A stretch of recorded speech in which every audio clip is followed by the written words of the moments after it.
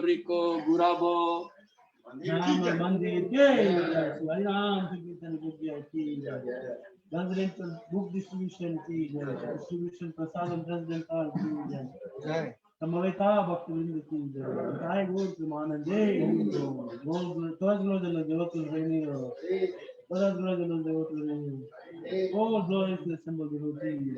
All glories to Shri Guru and Gauranga. All glories to Shri Prabhupada. Hare Krishna Krishna Bhutale Srimati Bhakti Vedanta Shamini Tiramane Namaste Saraswati Deve Gauravani Kacharine Nirvisesa Simhadi Vischati Visakani Jagannath Swami Ki Jai Jai Radha Madhava Kunja Bihari Jai Radha Kunja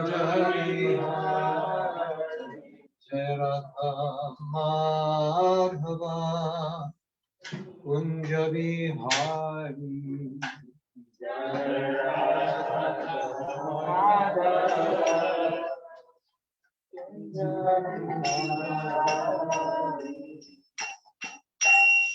Vijana Vallabha Girivaradhari Vijana Vallabha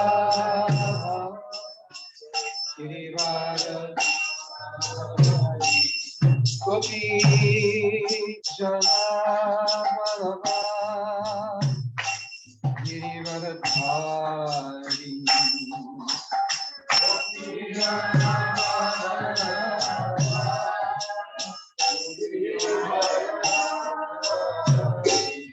Shuddhanandana Vrajajanaranjana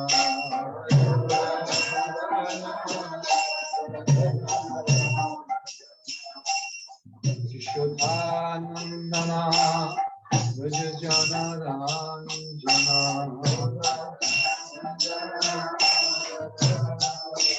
Yamuna Tira Vanachari Yamuna Tira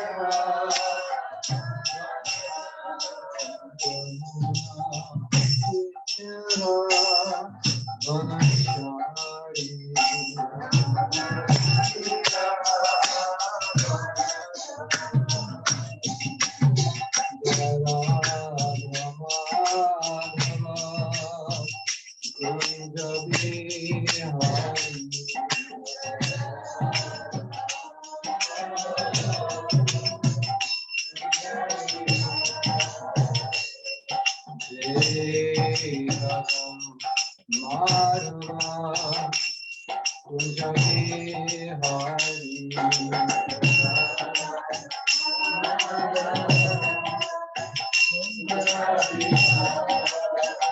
Gopijana Vallabha Girivaradhari Gopijana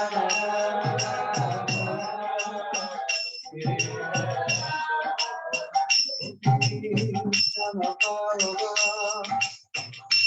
Girivaradhari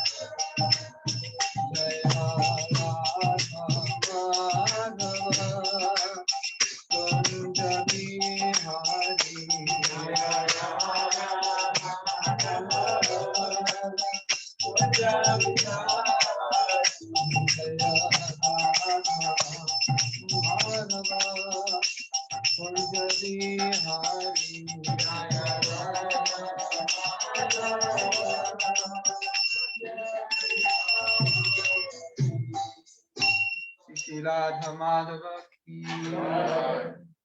Grantaraj Srimad Bhagawatam ki jai.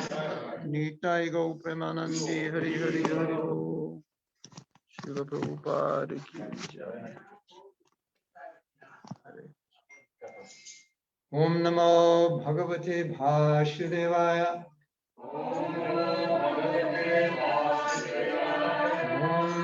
Om Namo Bhagavate Vasudevaya. Om Namo Bhagavate Vasudevaya.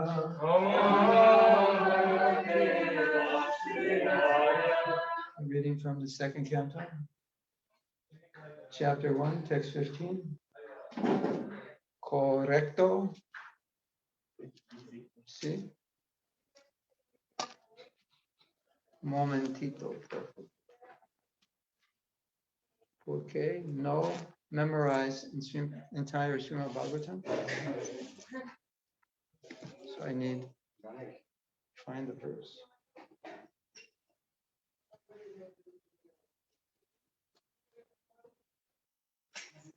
If you don't have the book, I have my computer.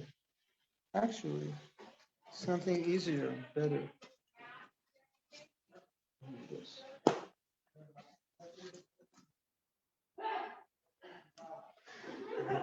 In Kali Yuga, we can't remember everything. Previously, the brahmacharis were known as Shruti Dhara. Dhara means to carry, and Shruti means to hear. So it meant that whatever they heard, they carried with them. They didn't forget. And now we're known as iPod Dhara, iPhone Dhara.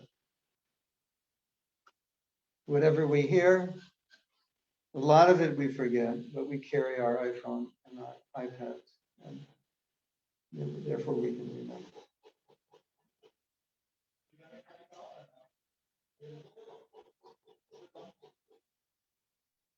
Do 115? No entiendo español.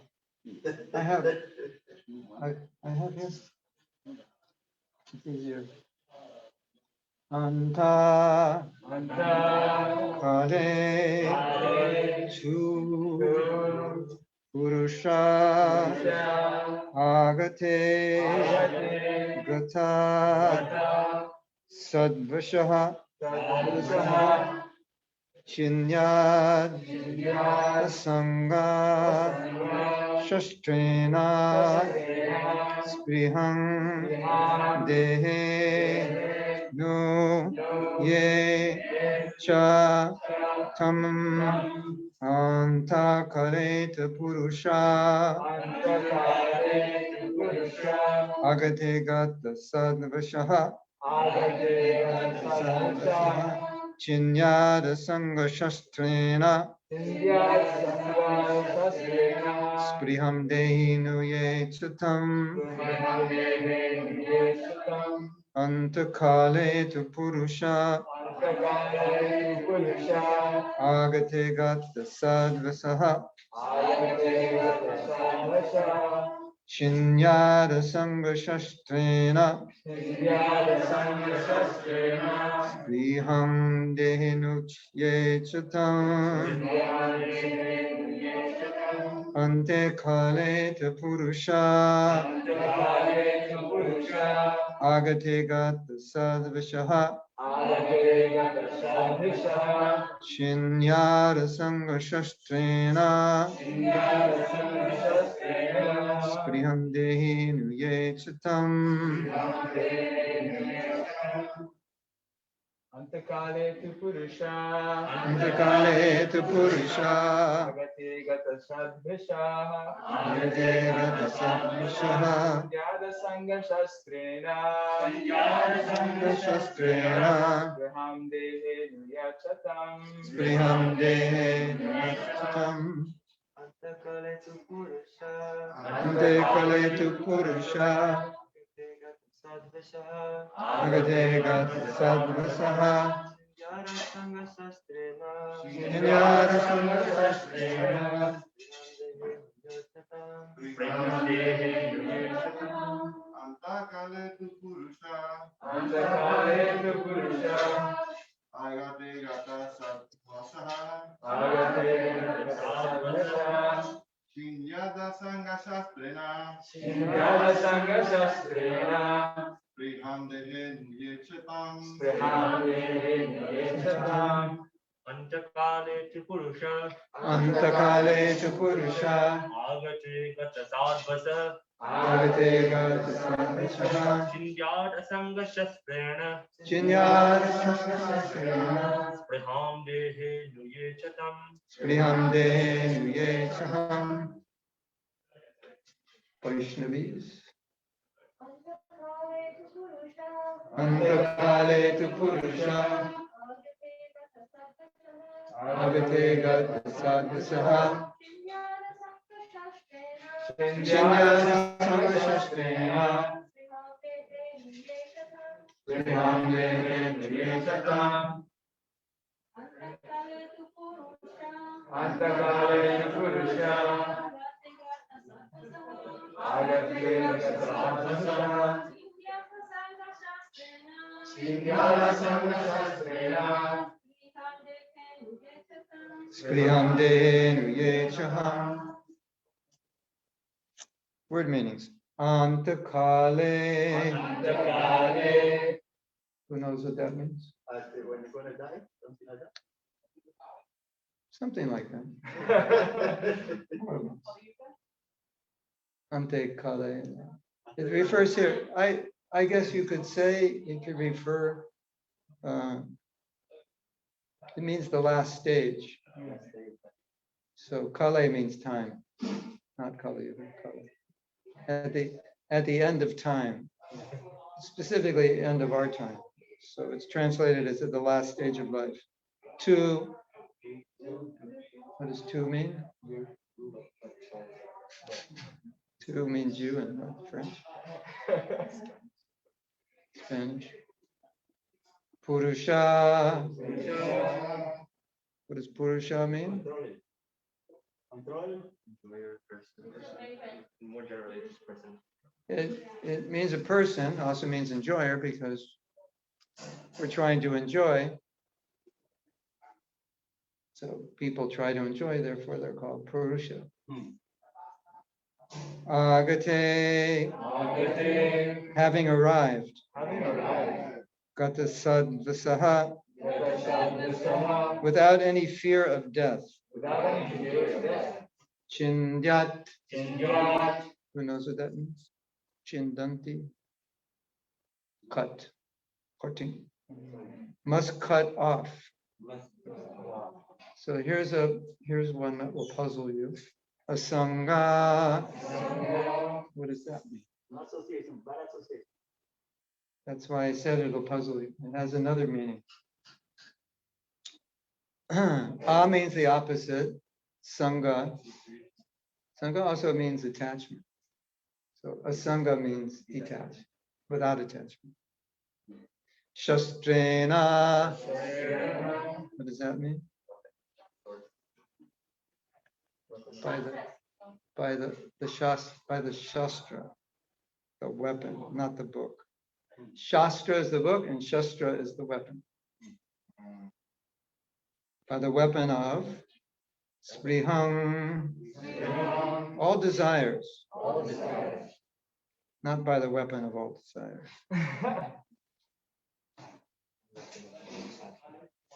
Yeah. By being fearless and detached, one must cut off spriham, all desires. Dehe. So we would say the body, dehe.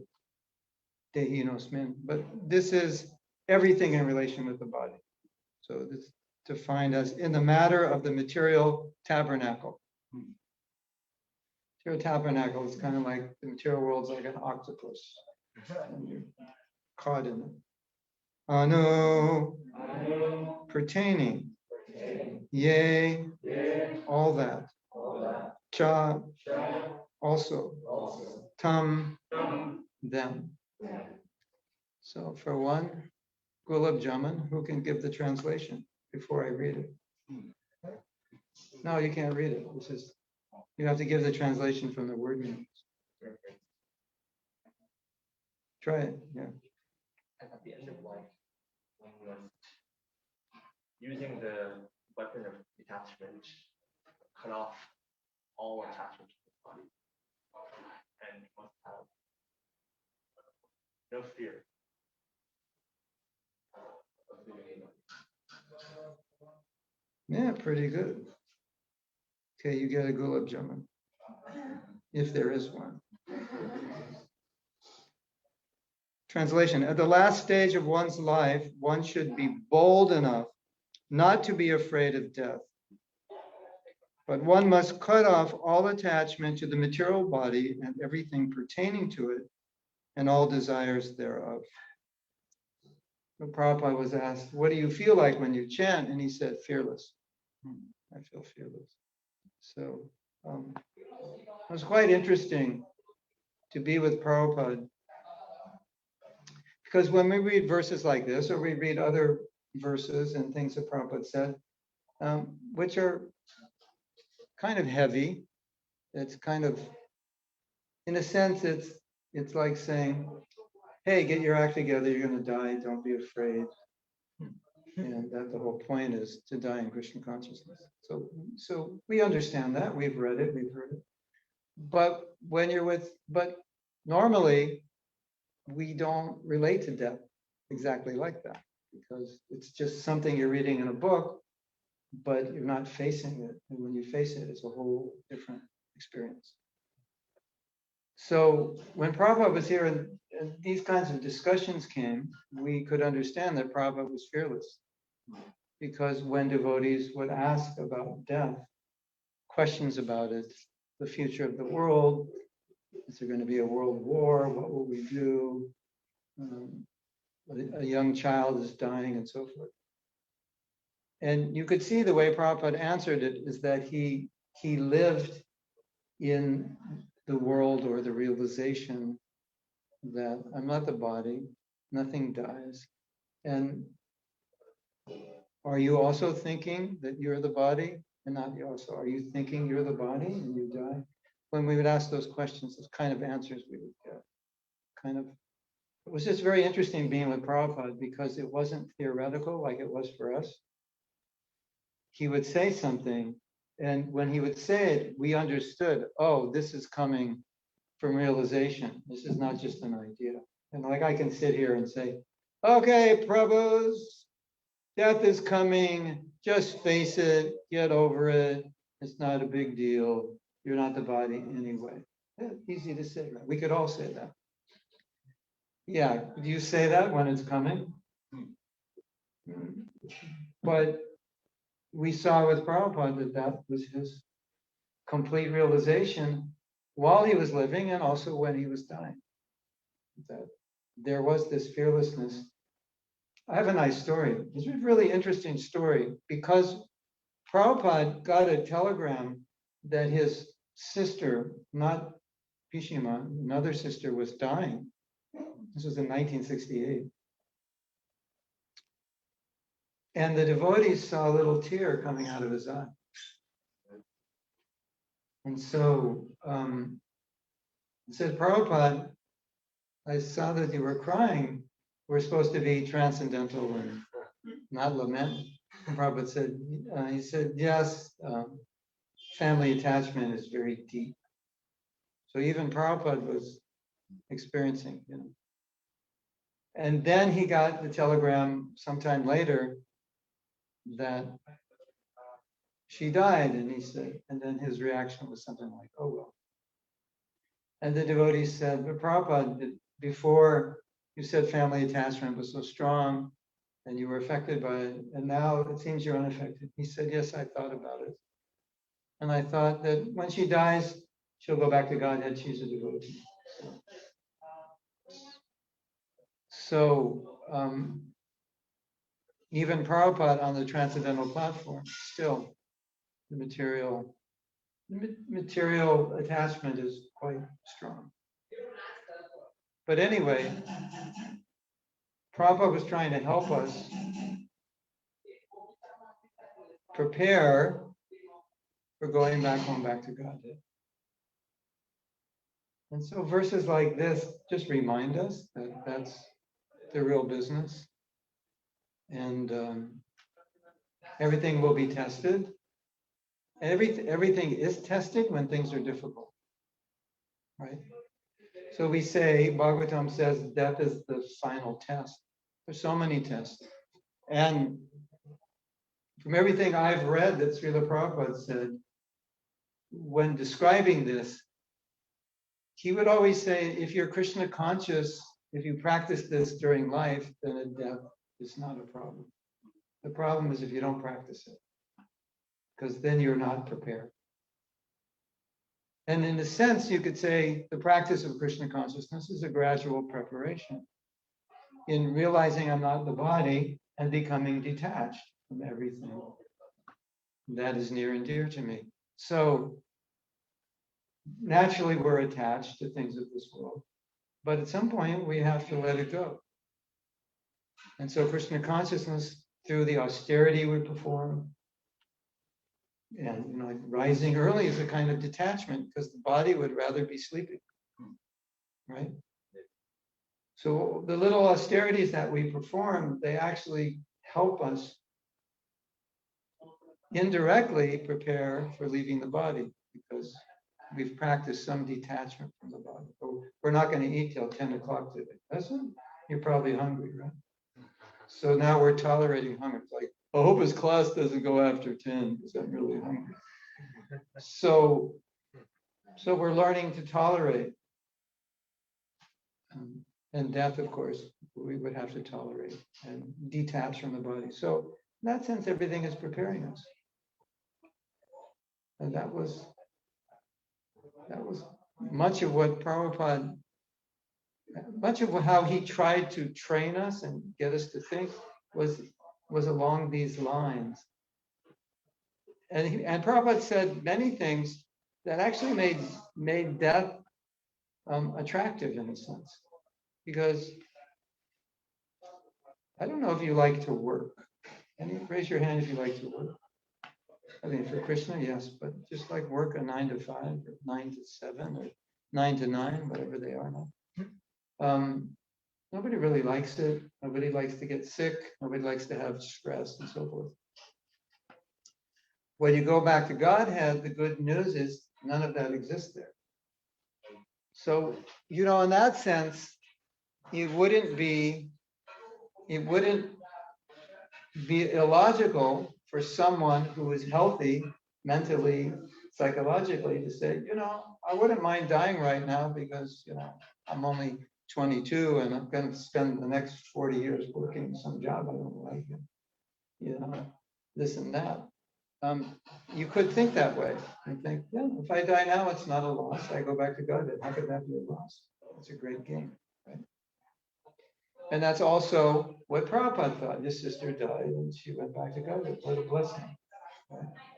So it's another way of thinking. Or, one of our dear devotees leaves their body. Now they're with Krishna. What is there to lament? This was how Prabhupada dealt with us in our fears of dying. Once, I don't know if you know this, but 1975, on a morning walk in Mayapur, I was not on the walk, but I was there.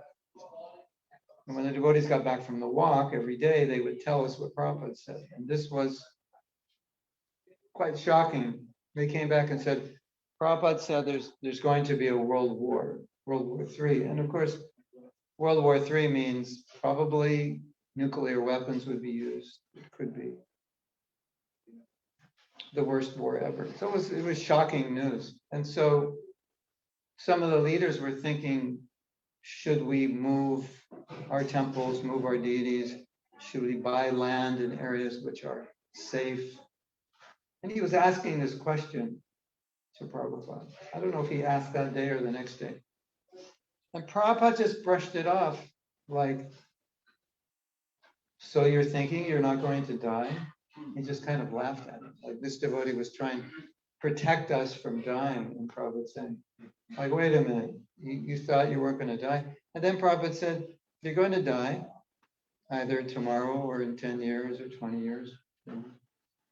Once you're dead, it's it.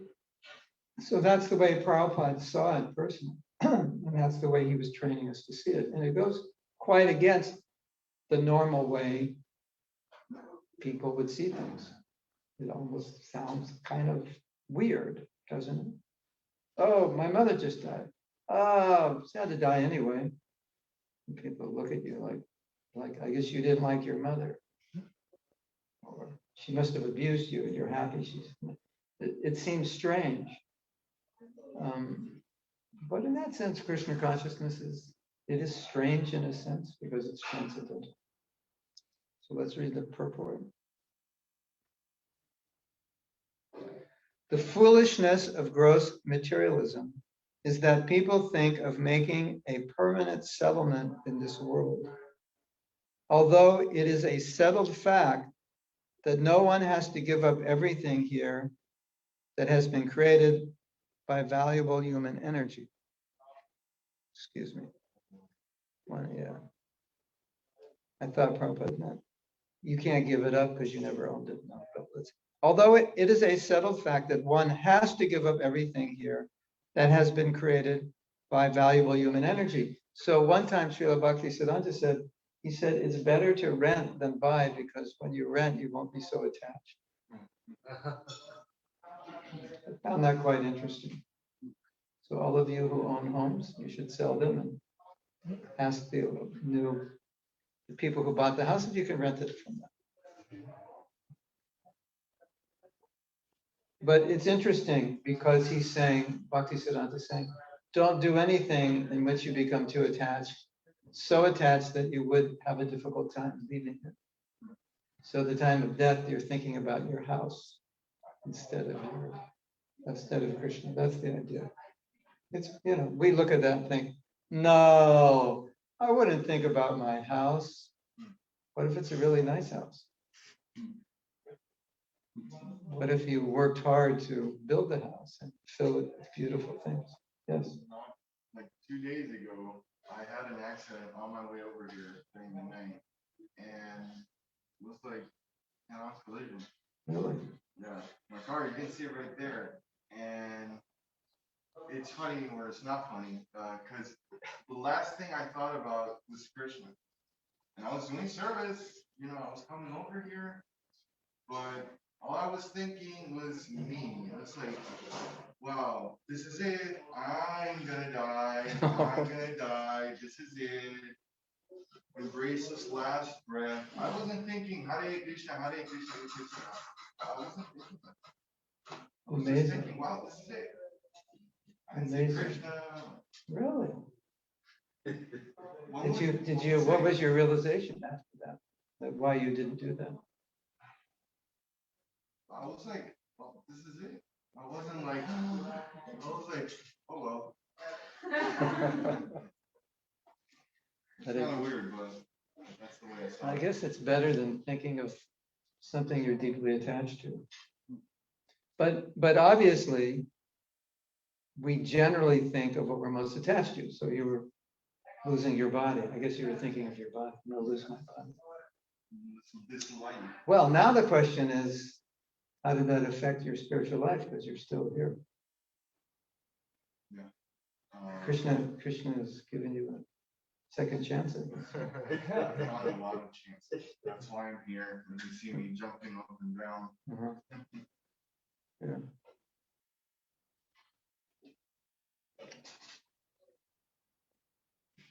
Great statesmen, scientists, philosophers, etc., who were foolish without any information of the spirit soul, think that this life of a few years only is all in all, and that there is nothing more after death. This poor fund of knowledge, even in the so-called learned circles of the world, is killing the vitality of human energy, and the awful result is being keenly felt. And yet the foolish materialistic men do not care about what is going to happen in the next life.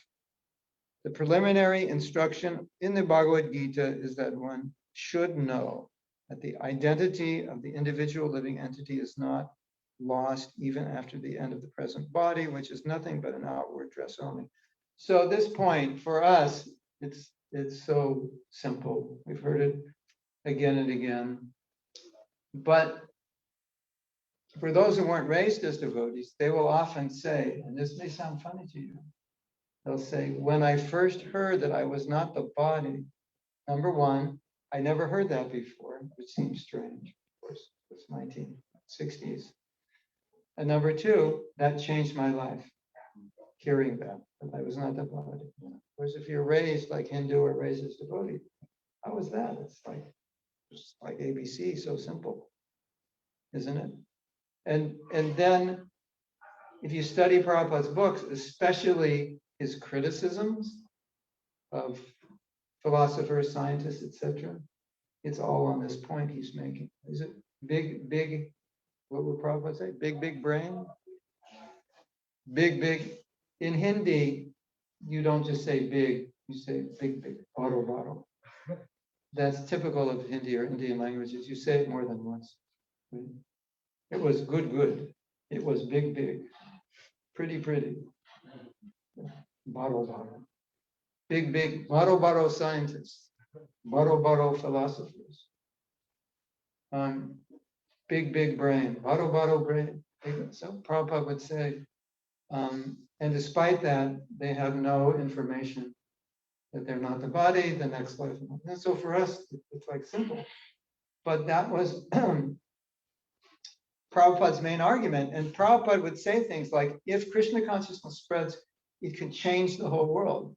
And why would it change the whole world? Just on this one point, that people would realize you're not the body. Of course, so many people say, I'm soul like that, but they don't not necessarily really live that way. So Prabhupada's saying, if you actually understand it, everything will change. Politics, scientists, science, politics, academia, everything will change because this will be the context. Everything has to be validated within this context. And therefore Prabhupada said, this is the only movement that can re-spiritualize the world. Like the Christians, they don't clearly get this because they think the animal has no soul. So you might say, well, other religions, but as you go more deeply into it, there's a lot missing. Buddhism, there is no soul. Mayavad, it's all one soul. It's not going to work. So, Prabhupada said Krishna consciousness movement is the only hope. You can re-spiritualize it. And we sometimes read that and think, we can't even answer the telephone at the temple. How are we going to, what did Prabhupada mean? But he wasn't speaking from a corporate perspective. He was speaking from a philosophical perspective. He said this philosophy, if it were integrated within politics, academia, philosophy, science, it would change the world. Now, you probably know that science has become weird in the last 50 years. It's become very confused. But previously, if you go back before this period of time, science was very theistic. That's the way it should be. God controls. Things are not controlled by chance or whatever they say is their latest idea of how things are moving. So I was in a lecture and Prabhupada said once something very heavy, one of those statements that made you feel like you just were hit by a thunderbolt. And a lot of times when he would say these things, we didn't have a context for it. It was out of the blue. We never heard Prabhupada talk about it. And you, growing up or becoming devotees now, you have access to everything that Prabhupada said. When we grew up, we didn't have access to everything Prabhupada said because he hadn't said it yet. So a lot of what we would get was like, I never heard that before. And so one time in a class, he was speaking about science, as he often did, because he felt that science, which is based on the belief that there is no need for a God or soul, is actually destroying the world. And so, because it's the foundation of atheism, and atheism is materialism at its best. It doesn't get better than that, because there's no karma, no responsibility, right? There's no God. So just enjoy it. And there's no need for morality. You just create a morality that will help your sense gratification, because there is no absolute morality. So Prabhupada in the class just roared it out. The scientists, the greatest enemies of modern civilization. We're all like, just got hit by a truck. Like, where did that come from? What does Prabhupada mean? We didn't understand that. So you put all this together, the greatest enemies, we can revolutionize the world. It's all based on this one, you're not the body. And we read this, yeah, I know, I'm not the body, yeah, right. And where are the purports? Yeah. But the ramifications of it are incredible, isn't it? When you think about it. And for us, we have to have some realization that we're not the body to do devotional service. Because if I were the body, why would I get up early? Especially on Christmas Day. That's a day I can sleep in. Isn't that funny? This is the day to worship the appearance of Jesus. So let's sleep in and, eat a lot, and have a good time, and drink a lot. But you might say, well, when I look in the mirror, I see who I think I am. So, and I know that's not me, but I just don't know how to see myself any other way, because that's ingrained in me. I am so-and-so. I was born in such and such a place. This is my name. This is my age. This is my gender. It's like ingrained. I am. And all the list of labels you have, it's so hard. But there's a conversation, very interesting conversation. A devotee asked Prabhupada, Srila Prabhupada, will we become self-realized by distributing your books? Prabhupada said, you already are self-realized. Otherwise, how could you go out every day and distribute the books? So the devotees weren't feeling self-realized. I can tell you that. But Prabhupada was putting it in a context that if you're going out every day to give this knowledge, that means you realize your spirit soul. Otherwise, you would just be working and enjoying, amassing money and fame and possessions and enjoying. So why am I not doing that? Because I realize I'm not the body. Even though you say when I look in the mirror, I still think that's me. But at the same time, you're acting with an understanding, I'm not the body. I'm soul. Why are you all here serving Krishna? Because you realize you're not the body. So the more we engage in devotional service, the more we control ourselves, the more we become detached gradually as we advance, the more we are realizing we're not the body, and the easier it is to leave the body, because after a while we've realized we're not the body through all this service and austerity. If you go on book distribution, you're going to meet some people who don't like you for no reason other than you've approached them with a book. That's enough reason for them to hate you. And they're going to let you know that. And if you identify with the body, you're going to be devastated. But if you identify yourself as a servant of Krishna who's giving compassion to people, then if they say that, it's like, poor guy, I feel sorry for him. He wouldn't take a book. He wouldn't even look at the book. So you can't do that unless you have some realization you're not the body, because you're going to get humiliated. Guaranteed. They don't know who you are. You can have 64 PhDs. You go out on the street, excuse me, sir, get out of my way, get a job. They have no idea who you are, isn't it? So it takes a little, not the body consciousness to do devotional service.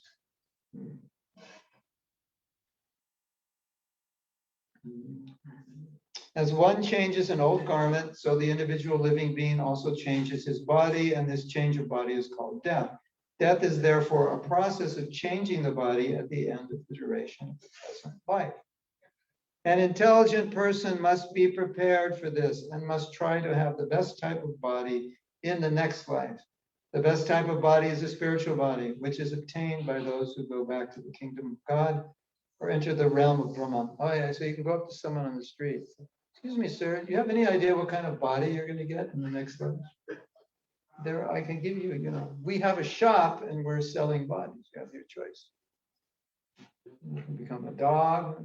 People say, oh, that sounds like fun. Become a bird, fly, become a dolphin. You can become a nothing, just energy. Become a demigod and enjoy for thousands of years. Or you can get a spiritual life. Wouldn't that be interesting discussion? We're doing a survey today. We just want to know what kind of body you'd like in the next life. Here are your choices. And they go down, and if they choose spiritual body, live eternally, listen, I'll say, oh, well, here's the book that teaches you how to get that body.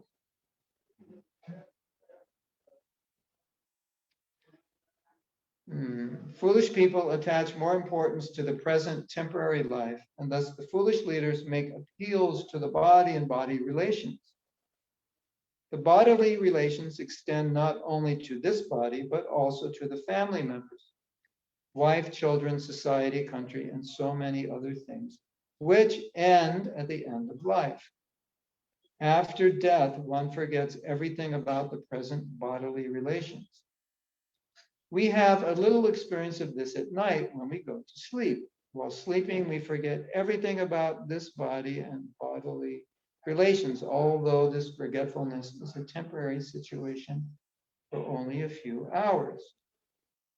Death is nothing but sleeping for a few months in order to develop another term of bodily engagement, which we are awarded by the law of nature according to our aspiration. Therefore, one only has to change the aspiration during the course of this present body.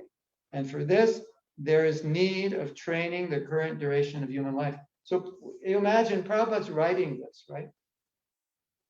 He's writing this at a time when America is engrossed in materialism and there's very little knowledge of Eastern philosophy. And Prabhupada said, when I'm writing these books, I feel like I'm creating a revolution. So now, like, we could kind of imagine Prabhupada's writing this and he's thinking, if people just understood this, this would be a revolution. This would be the biggest revolution ever. And it's true. And it's so simple when you think about it. You're just educating people that you're not the body. That is sufficient to completely change the whole consciousness of the planet. This training can be begun at any stage of life or even a few seconds before death. But the usual procedure is for one to get the training from very early life, from the stage of brahmacharya, and gradually progress to grihastha, vanaprastha, and sannyas orders of life. The institution which gives such training is called varnashram dharma, or the system of sanatan dharma. The best procedure for making human life perfect. One is therefore required to give up the attachment to family or social or political life at the age of 50, if not earlier, and the training in the vanaprastha and sannyas ashrams is given for preparation of the next life. So I have a sad story for all of you. Prabhupada is describing Varnashram, and Varnashram really, when you analyze it, right from the beginning, it's actually preparing you how to die. That's basically what it's doing. Okay, welcome. Today's the first day of class, boys and girls. You're all 5 years old, and your education is now preparing you how to die. That's what we're doing.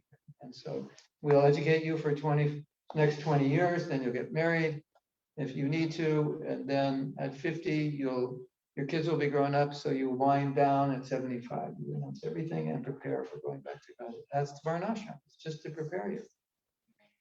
And to help you avoid the following. So I'm going to explain what Varnashram helps you avoid. So my in-laws live in South Florida, and many, many people retire in South Florida. Many people from New York and that part of the country, because the weather is nicer. And there are many, many communities. And in these communities, they have golf, they have tennis, they have facility for playing cards. Big, big card rooms, like 2-3 times larger than this. They have a card room for men and a card room for women, separate card rooms. I don't know why, but maybe they play different games or something. I don't know. And so maybe a year or two, I was there and I walked by the card room. And I would say the average age in the card room was around 78 to 85. That was kind of the average, 70. It even seemed like could have been higher. And I'm looking at this scene and I practically wanted to cry. So this is America, the greatest country in the world. And this is what you end up doing before you die, playing cards. Hare Krishna.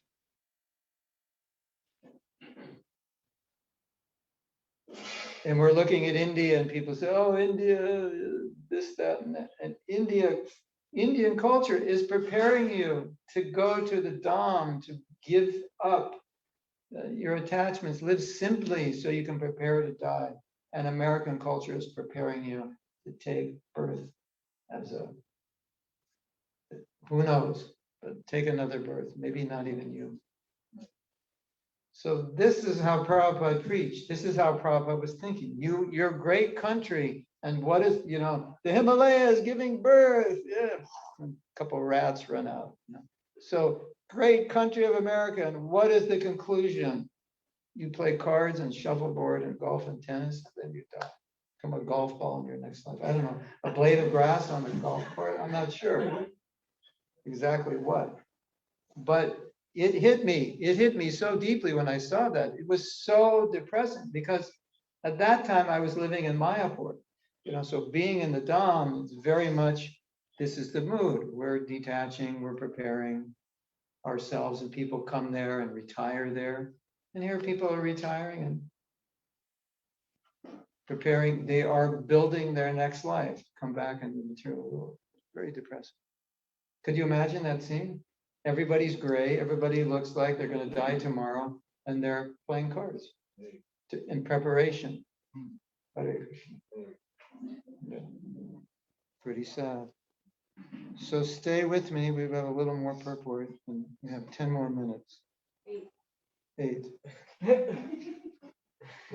Well, I can't stop until the prasadam's out. Oh, okay. That means I could stop early. Get on your good side. No, we have to read this.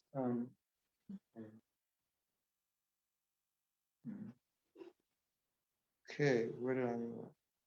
Okay. Foolish materialists, in the garb of leaders of the people in general, stick to family affairs without attempting to cut off relations with them. And thus they become victims of nature's law and get gross bodies again, according to their work. Such foolish leaders may have some respect from the people at the end of life, but that does not mean that such leaders will be immune to the natural laws under which everyone is tightly bound by the hands and feet. The best thing is therefore that everyone voluntarily give up family relations by transferring attachment from family, society, country, and everything thereof to the devotional service of the Lord. So this was really bewildering to us because we were reading these things when we were like 22, 23. We were just married. We had kids like a year old, and Prabhupada saying, it should be completely detached. What does that mean? And so a devotee asked Prabhupada, and Prabhupada said, it's normal, it's natural to be attached to family, to children. It would be quite abnormal if you were not attached, right? Your kid's drowning in the lake, whatever. I haven't finished my rounds yet. So Prabhupada said, it's natural to be attached. He said, but don't become too attached. So what is healthy attachment? What's too attached? Too attached is I can't give it up. I can't leave it. Oh, I just bought a new $2,900 guitar. No, I didn't buy one. But I was just looking at a guitar I used to have when I was young. Now, if you buy it now, it's $2,900. So I was thinking, what if I had that guitar now? And at the last moment of life, I think, oh no, but I won't be able to play guitar anymore. Yeah, that's called being a little too attached to your guitar, right? That's what Prabhupada meant. That attachment becomes your preoccupation at the end of your life. So attachments are normal, but if they become unhealthy attachments and preoccupy us at the end of life, then it's a failure. That's it. And we should be attached to devotees. That's natural. And your family members are devotees, of course. But still, family attachment it's very deep. You say, well, what if they're all devotees? Yeah, well, that's good. But just like Kunti said, please break my attachment. So why did she want to be detached? Because she had attachment that was materially, it was a material attachment also, not just the spiritual attachment. So she wanted to break attachment to her sons, who were all great devotees, but there was a material side to it. Desire is the did I skip?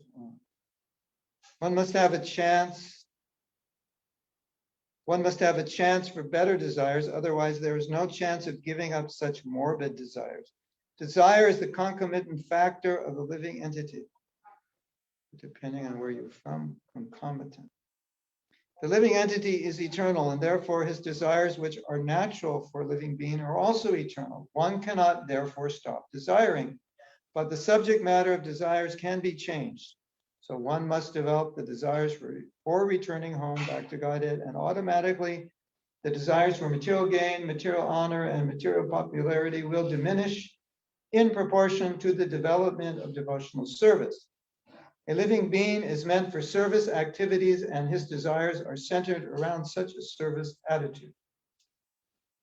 Beginning from the top executive head of state down to the insignificant pauper in the street, all are rendering some sort of service to others. The perfection of such a service attitude is only attained simply by transferring the desire of service from matter to spirit, or from Satan to God. Srila Prabhupada ki jai. Okay, I'm going to torture you and ask for questions. We have 4 minutes, right? Okay, ladies first.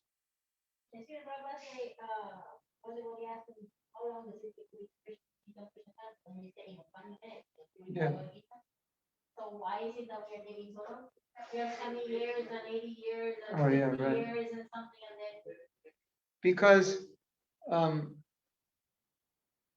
we are Krishna conscious. We can just be more Krishna conscious. So when Prabhupada said, how long does it take to surrender? He defined that. I was actually there when he was asked the question in his garden in Los Angeles. And he said, if you accept Krishna as the Supreme Personality of God and accept you're a servant, that's surrender.